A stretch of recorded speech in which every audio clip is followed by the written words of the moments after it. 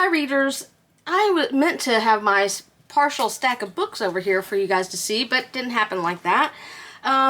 Welcome back to my channel, Lila Wanders and Reads, Lee here, and it is time for my August reading recap. I finished my last two books yesterday, and I've got a lot done, and I'm not sure where I'm going to put these after I talk about them. But August was a very productive month for me. I started a project, I guess mid-month. I've got note cards here. It looks like the second week of August I started a project. Started reading books from the Booker long list in the first week of August. And then I found out that the state of Utah had banned a number of books statewide from public schools, and I started going back and forth between Booker, banned, Booker, banned. I did take a brief trip down another road, but then I got back to it. So let's start. I'll try to go through these quickly and recap, because this might be a long one. I got a lot of reading done this month. I've got a lot of reading done this year, too. I started out the month with Ian McEwan's Atonement, and I'll just give a brief recap of that. On a summer day in 1935, 13-year-old Bryony Tallis witnesses the flirtation between her older sister Cecilia and Robbie Turner, the son of a servant.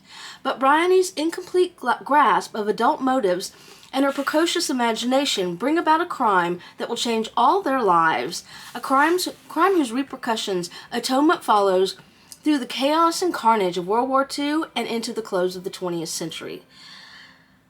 This is one time where I actually liked the movie better than the book. And I think it's because you start out in Bryony's head as a young girl, and it was a really odd place for me. The movie, to me, in the book you were always in someone's head. In the movie there was more action, and I was able to understand things a little bit better. But I'm glad reading the movie actually enhanced the book for me.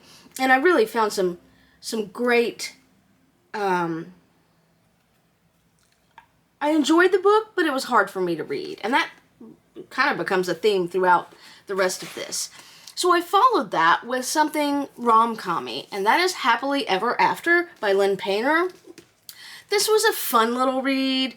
It's about a woman who pays for an objector at her own wedding so she can get out of it kind of on the down low, not publicly.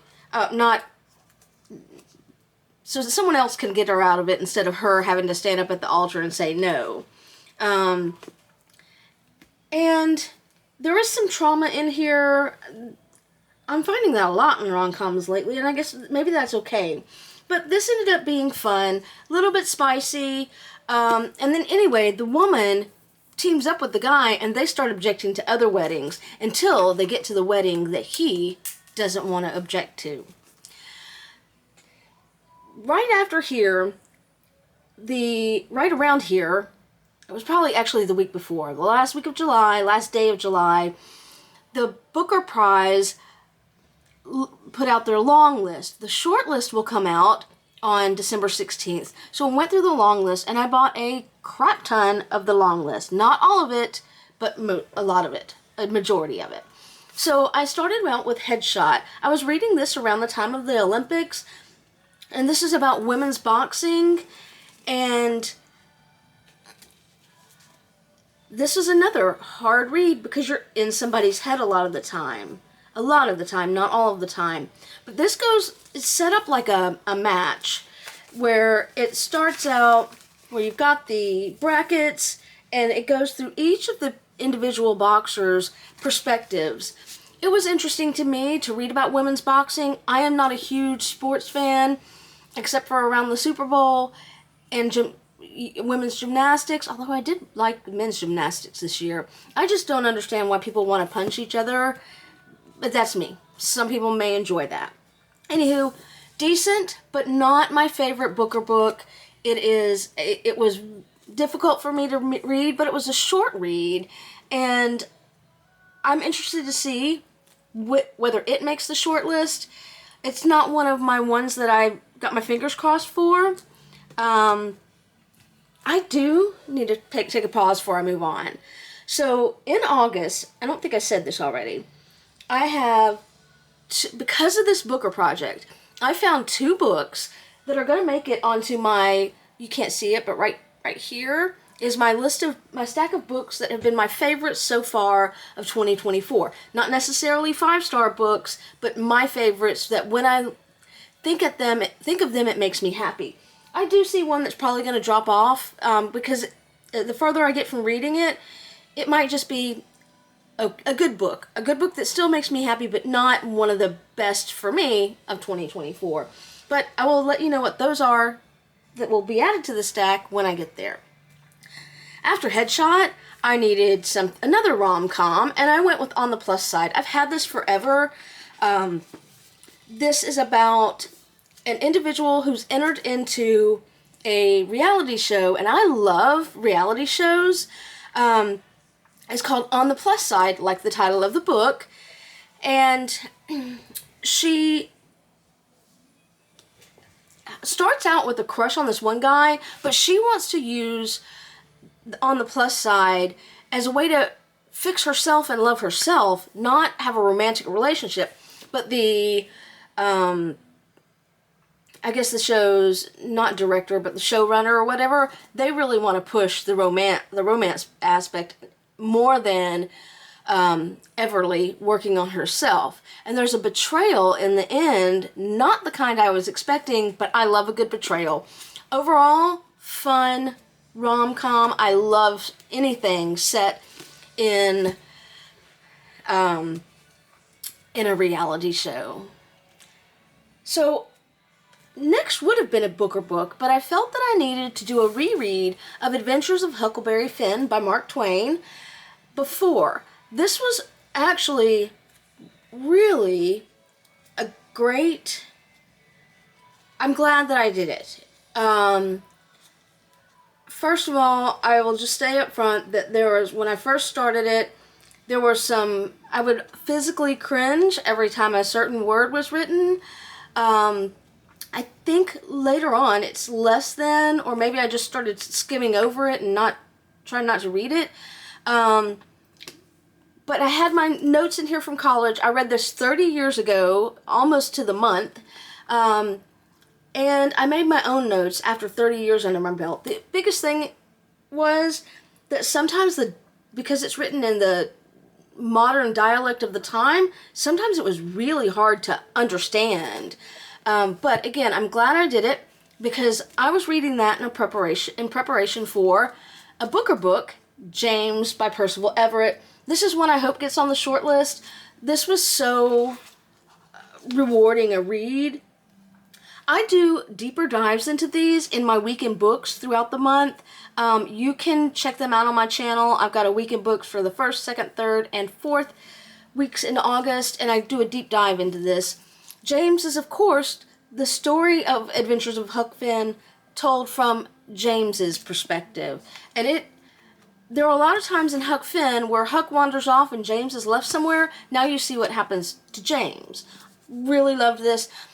This is my first year knowing about Percival Everett. I've got at least one other book by him, and he will be one that I keep my eye open for because I really enjoy his writing. After that, this is still before I found out about the book banning.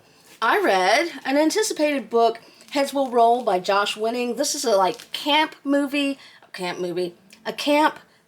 slasher book, and it has a gorgeous cover.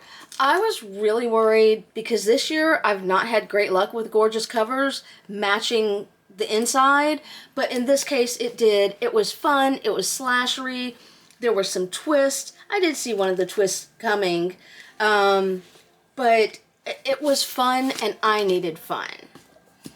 So around this time, or right around this time, I finished my audiobook that I had been listening to, and that was Stephen Ambrose's D-Day. I don't think I need to tell you what this is about. I loved this so much. One day I might go back and actually read it, because the book that I was reading in July, I actually wished I had read this and listened to that. But it is what it is. I had already committed by the time I realized that. So, next up, one of my favorite books of the year, and that is a Booker book called The Safe Keep by Yael van der Wooden. It gave me gothic vibes, even though it wasn't gothic. So it's 1961 in a rural Dutch province, and this is post-World War II by, 20 years. And it's about Isabel living in her late mother's country home, but the home belongs to her brother. And then her brother drops off his new girlfriend, Ava, to stay for the season while he goes out and does whatever work he does. So at the beginning, Isabel is very suspicious of everything, and there is an infatuation that evolves between Isabel and Ava, and then the author flips the switch, and I'm like, holy shit, did not see that coming. So prior to that point, I thought, oh, I'm reading a little bit of fun lesbian lit fic. After that, I realized, even from back to the beginning, that there were things that were there that I thought was just filler, but they were there for a reason, to let you know what's really going on. One of the things that I found intriguing about this was how closed up Isabel is at the start, but her character develops as she comes out, literally, and it's about the evolution of Isabel from how closed and possessive she was at the beginning, and then opening up and finally being able to be who she really is, and then is set free. I am probably not articulating that because I'm just going off the cuff, but I really love Safe Keep. It is going to going into my stack of favorite books of the year. Totally unexpected. I did not think I was going to really love any of these Booker books. I liked James. I appreciate it. And I enjoyed it. But not the same way I did The Safe Keep. So, now I've gotten the banned books. So from here forward, except for one little interlude, I go Booker banned, Booker banned. So this was a Booker, this is a banned. What Girls Are Made Of by Ilana K. Arnold. So in this, all these books that I chose were banned for sexual content. And folks, sexual content alone should not be the deciding factor on whether to keep a book or not. You need to look at the whole body of work. And I don't remember the sex in this. There were. But anywho, in this is about a young high school girl reeling from a shameful breakup with a boy that she worshipped, and allegedly she did something unspeakable. I didn't agree that it was unspeakable. It was in bad taste. It was a bad, bitchy, teenagery thing. Petty, and worthy of punishment, but not unspeakable. I can think of a lot of really unspeakable things to do. She didn't do it. But she's trying to find redemption in herself, I believe. And there's abortion in here.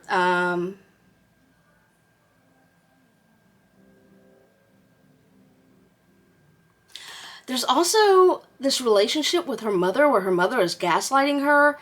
That's actually one of the best parts of the book. Like, the mother will do or say something, and then when the daughter brings it up, she's like, I never said that, or I didn't do that. And you're like, you just did. So, I think this is a very teachable book. I disagree that it should be banned. There's so many things that you could talk about with this book that are not sex. You could use it to talk about safe sex, and I will there's a Planned Parenthood experience in this and a Planned Parenthood experience in the next book that I read, the next banned book that I read. This was published in 2017. The other one was like 1974, 75. Very different experiences. Very interesting to read and compare them to. Next up is the second book that I love so much. It actually made me buy other books by this author, and it's going to go up on my stack of favorite books of 2024. I really connected with Hisham Matar's writing in My Friends. This is... I learned history that I was not really aware of because I would have been very young when it happened, 1970s. Don't quote me. I want to say it is the 1970s. I'd have to Google it, and I don't have my phone with me. So, this novel, this is a Booker book, that I hope more than even the Safe Keep, this one winds up on the Booker shortlist. I loved it. I loved it. I just loved it. I wondered the first few pages if I would be able to get into it, because he's walking around town, you're in his head, that changes. So this follows a young man named Khalid through most of his life. He's born and grows up in Benghazi, goes to Edinburgh for school, and then he attends a protest outside the Libyan embassy in London, and he is shot because during that very real incident, some Libyans inside the embassy raised the windows and opened fire on the protesters, hitting many but killing a British policewoman. And that is all I could find out about that. The murder of the policewoman, not about any of the students that were shot. I think they did that to protect their privacy and keep them safe from Libyans who would want to see them dead. I learned a lot about the totalitarian regime that existed underneath Gaddafi, and I am going to read more about that. I don't know where the book is. I'll probably put it somewhere. Oh, I'm going to read more about that soon when I read The Return by Hisham Matar. Hisham Matar's father actually was kidnapped. They were in exile in Cairo. His father was kidnapped and held. I don't think they ever even found the body. But this book is about their search for his father after the collapse of the Gaddafi regime. Anywho. Okay, so that was a Booker book. Time for a band. And I was a little annoyed that I had to read this book because I remembered reading it as a kid and I thought it was boring. And it is, for the most part, boring because it's about, like, young love, first love, high schoolers, Catherine and Michael. That's forever Judy Blume that I'm talking about. And the first time, and it's so realistic that it would be like, if you and your partner wrote a book about your days, it would be like, what's on TV? What do you want to watch? I mean, it was just boring. I did appreciate it a lot more the second time. Oh, so this was 1975 is when it was published. So comparing the Planned Parenthood visits, Nina needed an abortion and then birth control afterwards. Catherine did not need an abortion, but she goes there and she's wanting, I can't remember the kind of birth control, but it's just interesting to compare the two and see the differences, from 1975 and 2017. I also did really appreciate the ending a little bit more. I forgot there's another teachable thing in here. I completely forgot that this had happened. I wrote, oh shit, when it did. Reading this book, although I think it's very dated and we could really just move on to something more modern, like What Girls Are Made Of, but you could use this as an opportunity to talk about mental health and how important it is to get the help you need. I hope that we are better as a society than we were in 1975, but I don't know. Okay, it would have been time for a booker, but again, I wanted to do a pre-read. So another book on the list that I'll get to is Wandering Stars by Tommy Orange. That was a companion piece to There by Tommy Orange. Of the two, I think this was my favorite. But it was a difficult read. It's all building up to an event that happens at the end. And had I not read this book, I would not have gotten the point of Wandering Stars. I would have totally missed it. So I'm really glad that I read this book. I liked this a lot more. This one flowed a lot better for me than Wandering Stars did. But again, I don't think that I will read any more Tommy Orange, at least not right now. We'll see what happens in the future. Now, speaking of a book that did not work for me, that is A Court of Thorns and Roses by Sarah J. Maas. I talk about this in more detail about my feelings of it in my weekend books that posted yesterday. So if you want to know in details about this, you can look at that video. But overall, again, I found this kind of boring. This one is also banned for sexual content, and I had to go back and reread the sex scene because I just blew through it and it wasn't as boring as Forever Sex. It was more glamorized, but it's not as nearly as explicit as some stuff I read in my teens. Overall, I'm really glad that Sarah J. Maas has gotten people reading and interested in books. This is part of that whole romantasy thing that is really popular right now, and whatever it takes to get people to read. This is where I have my little interlude and veer off from the Booker Band project. I was watching the YouTube, and somebody mentioned Blake Crouch and the Wayward Pines series, and I immediately bought the entire series and read them back to back to back over the course of 3 or 4 days. I love Blake Crouch. He is one of my new favorite authors. I read Recursion earlier this year, loved it. That may actually go on my stack if I can find it. I've misplaced it. These I really liked. And I went out this past weekend and bought another Blake Crouch book. He's going to go on my almost auto-buy author pile. So, Wayward Pines is also a TV series over on, I think I watched it on Hulu. I don't watch much TV anymore, and because my imagination is so much better, so it veered off from the series in ways that did not work for me. Even though it stars Matt Dillon, and I have had a crush on Matt Dillon my entire life. So, my nonfiction book this month was The Woman They Could Not Silence. I read this for a book club, and this was a fascinating read. I'm glad I read it.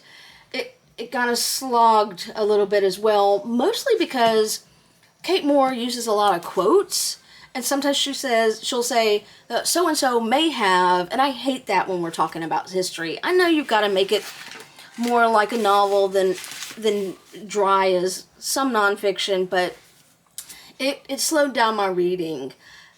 I think I do talk about the power of words, the power of reading, when I talk about this and James and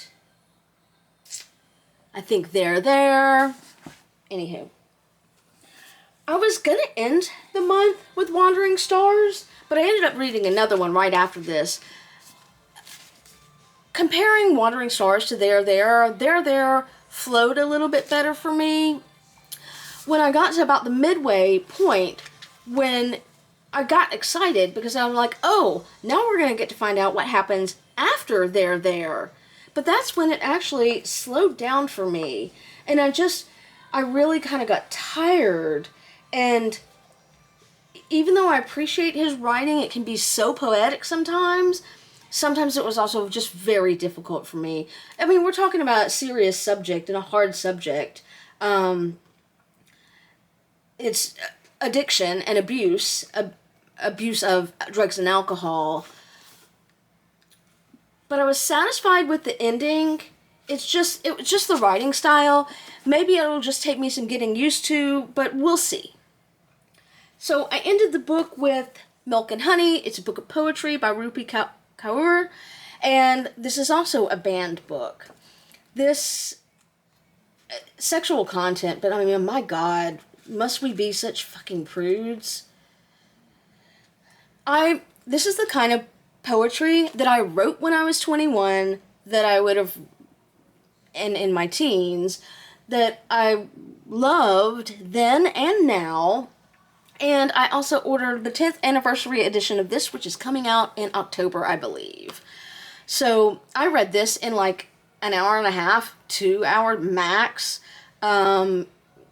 It could have been even an hour if I total up the time, because I did take some breaks to do some things. But loved it. If you like, this is the first book of poetry I've read in ages. So I'm hoping that maybe I can include some more poetry in my daily reading. I got plenty upstairs. So that is it for August. I've got a huge stack right here, and now I got to go put them away. What am I going to do in September? First, find my notes. I'm going to finish off the Booker Band project. I have got 2 more Booker books. This Strange Eventful History by Claire Massoud. I'm reading that right now. And the other Booker book is Enlightenment by Sarah Perry. This was not on my original Booker video, and I considered whether I'll read it now or not. But I think we'll see. I think I might give it a try. Maybe maybe not. My final banned book is Oryx and Crake by Margaret Atwood. This is part of a trilogy. I did not buy the entire trilogy. This allegedly is also banned for sexual content. We'll see. We'll see. So I got Booker, banned, Booker, and then I'm done with that project. I should be finished with that before 16 September, when the Booker shortlist announcement is made. And once I finish that, I'm going to just have a free-for-all and read whatever I want. Because while this project has been fulfilling and rewarding, the self-restriction to only those things kind of probably affected my reading experience on some of these. So I like to be able to just read what I want, when I want to. However, again, I'm so glad I did this project. I almost said something else. On the nonfiction side, I just started Home Before Morning, the story of an Army nurse in Vietnam. I have an idea that I will most likely do a standalone, like, Book Talk Tuesday Women in War series on the author, Linda Vanter, and this book. I am probably going to have to not read this in public because I teared up in the first chapter. It's that kind of book, and I'm really looking forward to it. I think I'm going to try to, although intersperse it with some other things, but I'm going to try to focus, like The Return, on reading some stuff that I will feature on Veterans Day in November. This will be part of that, but again, I will probably do a standalone on that when I finish it.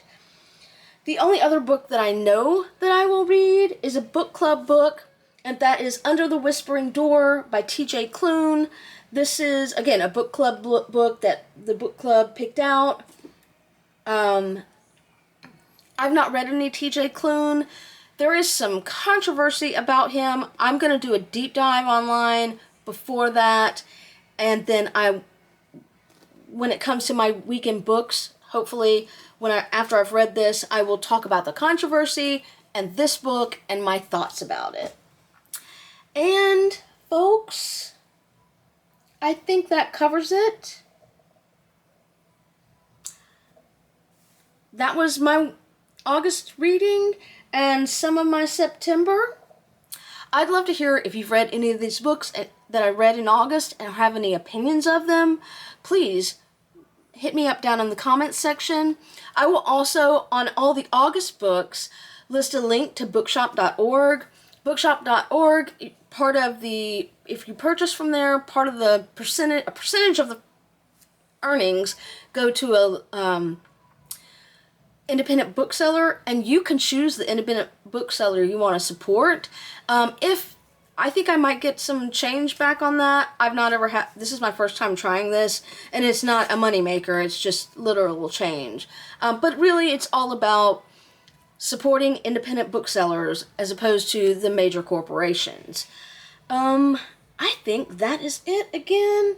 Again, leave me notes in the comments if you've read any of these or any of these. I hope you have a great September. Happy Labor Day. Happy reading.